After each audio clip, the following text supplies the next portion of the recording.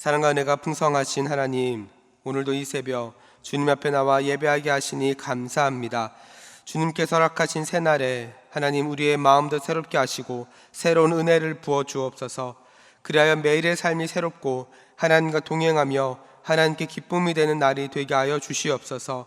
하나님, 이 시간 교회를 위해 기도합니다. 우리 대전중앙교회를 통해 하나님 나라의 뜻이 이루어지게 하시고 복음이 널리 전파되며 영혼을 살리고 제자를 세우는 사명을 잘 감당하게 하여 주옵소서.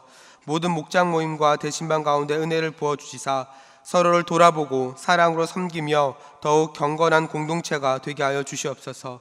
특별히 우리 교회에서 진행하는 모든 사역 가운데 하나님 은혜를 베풀어 주옵소서. 모든 사역 가운데 하나님 영광을 보게 하시고 영혼이 회복되며 부흥의 역사가 일어나고 견고한 하나님의 교회로 서게 하여 주시옵소서. 또한 육신의 연약함과 질병으로 고통받고 있는 환우들을 위해 기도합니다. 병상에 있는 성도들에게 주님의 치유의 손길을 허락하시고 몸과 마음이 회복되며 강건해지는 은혜를 허락하여 주시옵소서. 어려운 상황 가운데 있는 가족들에게 평안과 소망을 주시고 믿음으로 이 시간들을 잘 이겨낼 수 있도록 위로하여 주시옵소서. 주님께서 친히 치료하시고 회복의 은혜를 베풀어 주시옵소서. 이 시간 주님 말씀을 듣습니다. 무엇보다 성령의 능력으로 붙들어 주시고 사람의 말이 아니라 하나님의 말씀이 온전히 선포되어질 수 있도록 은혜 베풀어 주시옵소서. 듣는 모든 성도들의 마음의 문도 열어주시고 말씀이 각 사람의 심령에 깊이 새겨지며 삶에서 열매 맺게 하여 주시옵소서.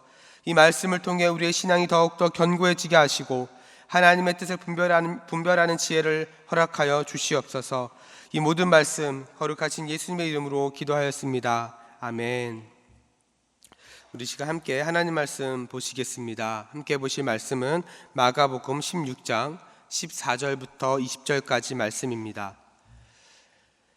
함께 보실 말씀 마가복음 16장 14절부터 20절까지 말씀입니다. 마가복음 16장 14절부터 20절까지 말씀 함께 찾으셔서 저 여러분이 한 절씩 교독하겠습니다. 제가 먼저 읽습니다. 그 후에 11 제자가 음식을 먹을 때에 예수께서 그들에게 나타나사 그들의 믿음 없는 것과 마음이 완악한 것을 꾸짖으시니 이는 자기가 살아난 것을 본 자들의 말을 믿지 아니함이러라. 또 이르시되 너희는 온 천하에 다니며 만민에게 복음을 전파하라. 믿고 세례를 받는 사람은 구원을 얻을 것이요 믿지 않는 사람은 정죄를 받으리라. 있는 자들에게 이런 표적이 따르니 곧 그들이 내 이름으로 귀신을 쫓아내며 새 방언을 말하며 뱀을 집어올리며 무슨 독을 마실지라도 해를 받지 아니하며 병든 사람에게 손을 얹는즉 나으리라 하시더라. 주 예수께서 말씀을 마치신 후에 하늘로 올려지사 하나님 우편에 앉으시니라. 함께 읽습니다. 제자들이 나가 두루 전파할새 주께서 함께 역사하사 그 따르는 표적으로 말씀을 확실히 증언하시니라. 아멘. 할렐루야. 아멘. 오늘도 이 새벽에 주님 앞에 나와 하나님을 예배하는 우리 모든 성도님들을 주님의 이름으로 환영하고 축복합니다. 이 시간 함께 읽으신 이 본 말씀을 가지고 움직이는 믿음 동행하시는 하나님, 움직이는 믿음 동행하시는 하나님이라는 제목으로 함께 말씀을 나누겠습니다. 이 말씀 가운데 여러분을 향한 하나님의 뜻이 깨달아지는 은혜가 있기를 축복합니다.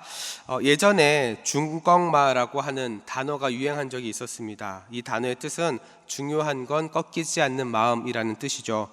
그런데 이 말을 언제 하는가 곰곰이 생각해 보면 마음이 꺾이는 상황을 만났을 때 이런 말을 종종 합니다. 우리의 믿음도 마찬가지입니다. 항상 불같은 믿음으로 성령 충만하면 좋겠지만 우리는 그러지 못할 때가 또한 있습니다. 예배를 드리면서도 기도하면서도 꺾이는 우리의 자신을 자주 만나게 되죠. 그래서 교회를 다니면서도 술, 담배를 하는 사람이 있고요. 교회를 다니지만 스마트폰이나 음란물에 중독되어서 다니는 사람도 있고요. 교회를 다니지만 하나님보다는 세상의 방식으로 사는 사람들도 우리는 종종 보게 됩니다. 이런 맥락에서 오늘 본문의 제자들도 마찬가지였습니다. 그들은 3년 동안 예수님과 함께 먹고 자고 생활했습니다. 예수님께서 베푸신 기적도 체험했고 가르침도 직접 받았습니다. 그러나 그들은 부활하신 예수님을 믿지 못했고 그들의 마음이 굳어 있었던 거죠. 이 상황에서 오늘 보면 14절에 상반부는 이렇게 이야기를 합니다. 그 후에 11 제자가 음식을 먹을 때에 예수께서 그들에게 나타나사 그들의 믿음 없는 것과 마음이 완악한 것을 꾸짖으시니 이렇게 이야기를 하고 있습니다. 마리아와 엠마오로 가는 두 명의 제자도 부활하신 예수님을 만나고 믿었습니다. 그런데 정작 예수님의 제자들은 이 부활하신 예수님을 온전히 믿지 못하고 있었던 거죠.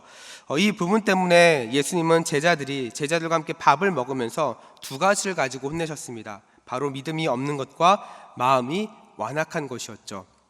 보통 먹을 때는요, 안 좋은 말이나 안 좋은 행동들을 하지 않습니다. 그래서 나온 말이 뭡니까? 먹을 때는 개도 안 건드린다, 이런 말을 우리는 할 때가 있죠. 그럼에도 제자들이 음식을 먹고 있을 때 그들의 신앙을 지적하신 것은 예수님 그 마음 가운데 그만큼 안타까운 마음이 있었기 때문입니다.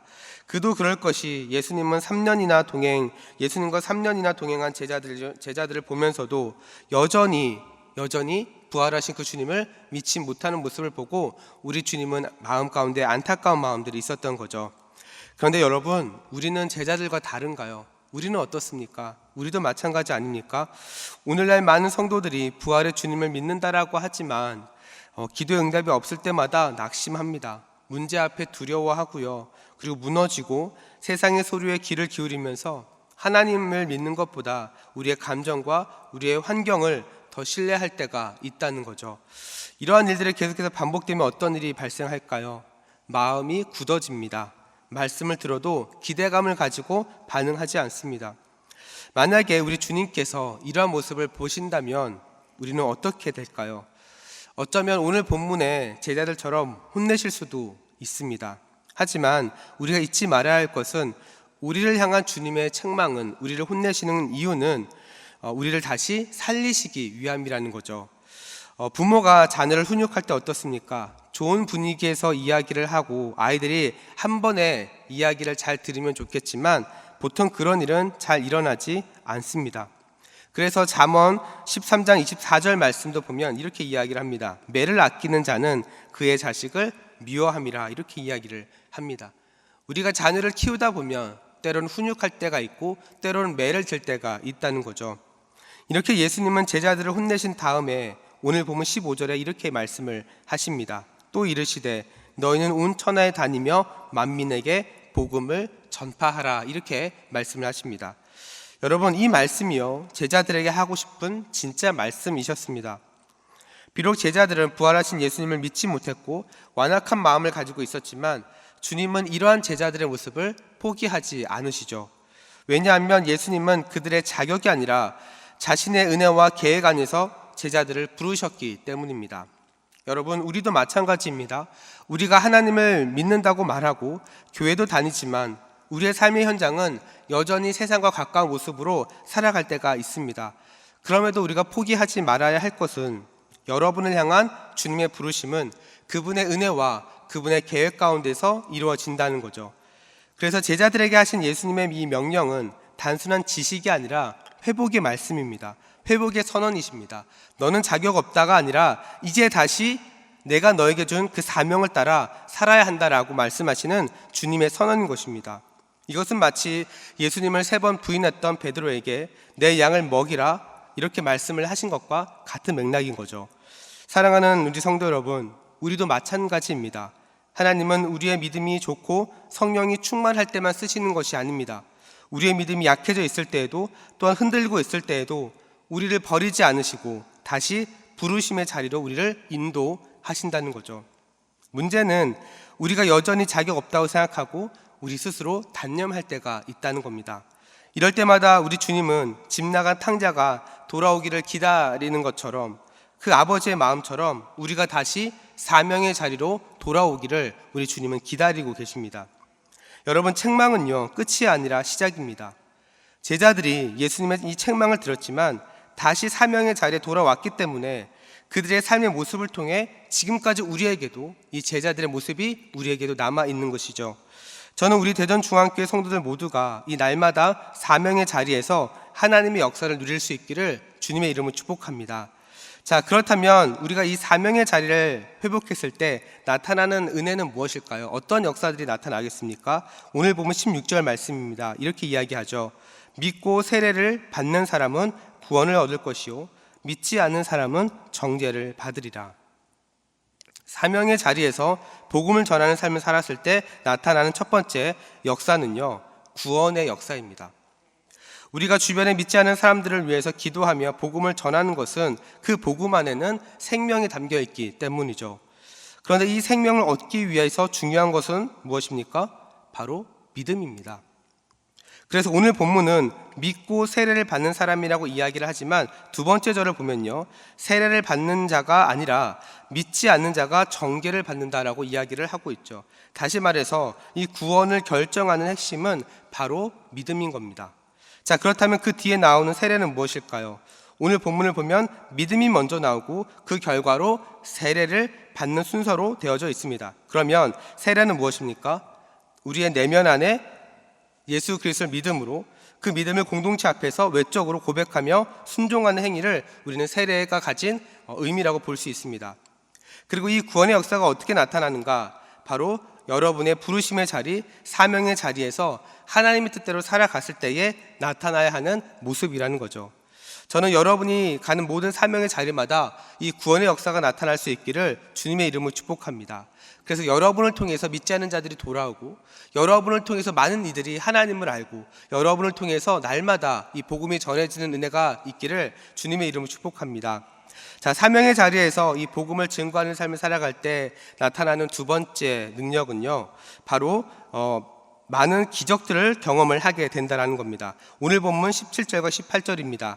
믿는 자들에게는 이런 표적이 따르리니 곧 그들이 내 이름으로 귀신을 쫓아내며 새 방언을 말하며 뱀을 집어올리며 무슨 독을 마실지라도 해를 받지 아니하며 병든 사람에게 손을 얹은 즉 나으리라 하시더라.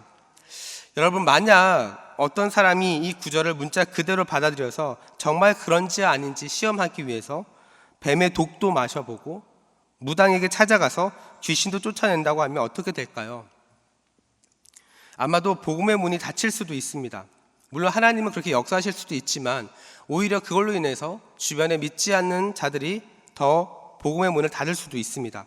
이 말씀에 나타나는 표적은요, 믿는 사람에게 반드시 나타나야 되는 조건이 아닙니다. 오히려 복음을 전할 때 하나님께서 함께 하신다는 것을 보여주는 하나님의 주권적인 사역인 거죠. 그래서 능력은 믿음의 결과이지 자격의 증명이 아니고 믿음의 기준도 아닙니다. 그래서 귀신을 쫓아내고 방언을 하고 뱀을 잡아 독을 마셔보는 것이 예수님의 제자됨의 증명이 아니라는 거죠. 진짜 능력은 무엇입니까? 복음을 통해서 예수 그리스도를 믿지 않은 자들이 주님께 돌아오는 겁니다.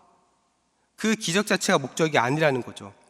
많은 사람들이 복음을 증거하는 삶에 대한 부담을 가진 이유 중에 하나는 자신에게는 그럴 만한 능력이 없다는 겁니다. 그래서 복음을 증거하는 삶을 살아야 된다라고 마음은 있지만 두려운 마음이 더 앞설 때가 있다는 거죠. 그러나 오늘 본문 20절에 이렇게 이야기를 합니다. 제자들이 나가 두루 전파할세 주께서 함께 역사하사 그 따르는 표적으로 말씀을 확실히 증언하시니라. 무슨 말입니까? 제자들이 나가 복음을 전하고 있을 때에 주님은 그들과 함께 일하신다는 겁니다. 그리고 표적을 통해 그 전해지는 말씀이 진리라는 것이 증언하신다는 겁니다. 눈에 보여지는 어떤 표적들이 목적이 아니라는 거죠. 그래서 여러분, 우리에게 필요한 것은 무엇이냐면요, 먼저 복음을 들고 나갈 수 있는 순종의 자세가 우리에게 필요한 겁니다. 여러분, 아무것도 하지 않으면 아무 일도 일어나지 않습니다. 복음을 들고 나갈 때 하나님의 은혜는 그때부터 이미 시작이 되는 겁니다.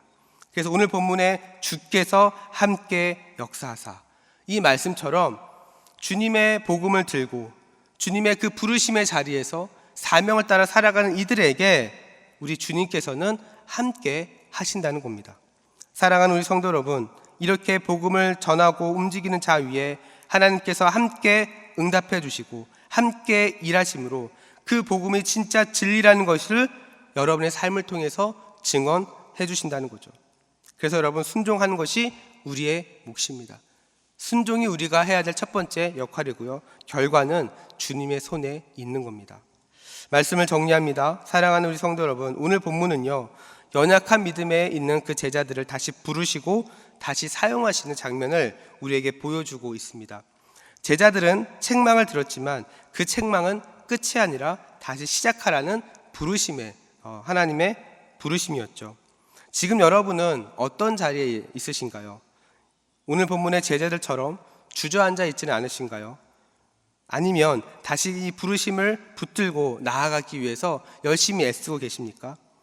우리는 스스로 자격 없다고 생각할 수 있을지 몰라도 이 부르심을 따라 살아가는 사람들은요, 우리 주님은 결코 외면하지 않으십니다. 그렇게 부르심을 따라 살아가는 사람들을 우리 주님은 끝까지 붙드시고 그 부르심을 통해서 우리가 믿는 그 진리가 진짜라는 것을 나타내 보여주시는 분이십니다. 저는 우리 대전중앙의 모든 성도들이 이 부르심을 끝까지 붙잡고 주님과 동행하는 삶을 살기를 주님의 이름으로 축복합니다. 그래서 날마다 그 은혜를 경험함으로 만날 때마다 그 은혜를 나누고 만날 때마다 하나님 역사를 함께 나눌 때 우리 대전중앙교회를 통해서 그리고 여러분을 통해서 일하실 하나님이 더욱더 풍성하게 드러나게 될 줄로 믿습니다. 우리 시간에는 이 믿음 붙잡고 우리 함께 기도하며 나아가겠습니다. 이 시간 기도하실 때 우리 함께 나눈 말씀 붙잡고 기도합시다. 이 시간 기도하실 때 하나님, 믿음 없는 우리의 마음을 다시 한번 불쌍히 여겨 주시옵소서. 우리 이 시간 우리의 마음을 다시 한번 회개하고 다시 한번 하나님 믿음의 자리로 우리를 세워 주시옵소서. 주님의 책망을 외면하지 않게 하시고 그 책망을 통해 다시 회복되고 일어나는 은혜를 경험하게 하여 주시옵소서.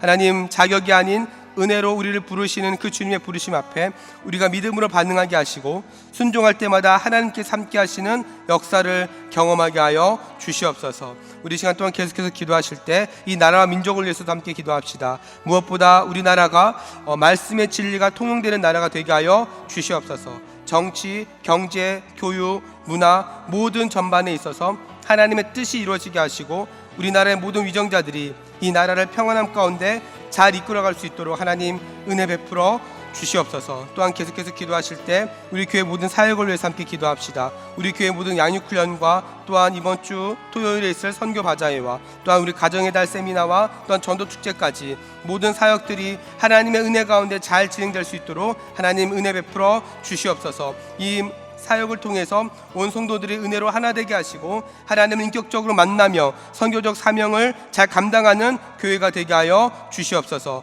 또한 우리 교회 파송 선교사님들과 그 사역과 또한 그 가정을 위해서도 함께 기도해 주시기 바랍니다. 우리 모든 선교사님들의 영위에 강건할 수 있도록 하나님 인도하여 주시고 또한 주께서 맡겨주신 사명을 끝까지 잘 감당할 수 있는 은혜를 허락하여 주시옵소서. 이 시간 이와 같은 기도 제목까지 기도하실 때 우리 주님 이름 한번 부르고 합심으로 기도하며 나아갑니다.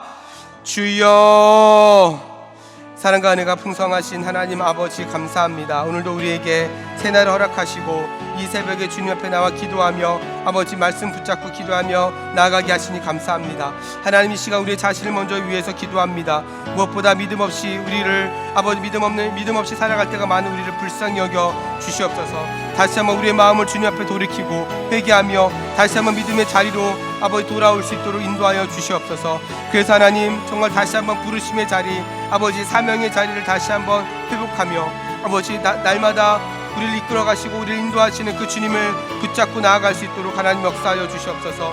그래서 하나님, 순종할 때마다 하나님께서 함께 하시고 순종할 때마다 하나님 우리를 통해서 일하시고 역사하신 하나님을 경험하게 하여 주시옵소서. 그래서 모든 것이 하나님 은혜요 하나님 인도하심이요 하나님께서 일하시는 것임을 우리가 날마다 경험할 수 있도록 인도하여 주옵소서. 하나님, 우리 모두에게 순종의 은혜를 허락하여 주사 아버지 순종할 때마다 아버지 하나님께서 우리 함께 하심을 경험하게 하시고 아버지 순종할 때마다 하나님의 놀라운 역사들이 나타날 수 있도록 하나님 우리를 통해서 하나님 일을 이루어가 주시옵소서. 하나님, 이 나라와 민족을 불쌍히 여겨 주옵소서. 하나님, 무엇보다 우리 정말 대한민국이 아버지 말씀의 진리가 통용되는 나라가 되게 하여 주옵소서. 정치, 경제, 아버지 사회, 문화, 아버지 모든 전반에 아버지 그 가운데 하나님의 뜻이 드러나게 하시고 아버지 우리나라의 모든 위정자들이 하나님 정말 이 나라를 평안함 가운데 은혜 가운데 잘 이끌어갈 수 있도록 하나님 인도하여 주시옵소서. 아버지 하나님, 또 우리 교회 모든 사역을 위해 기도합니다. 하나님, 우리 교회에서 진행하는 모든 양육훈련과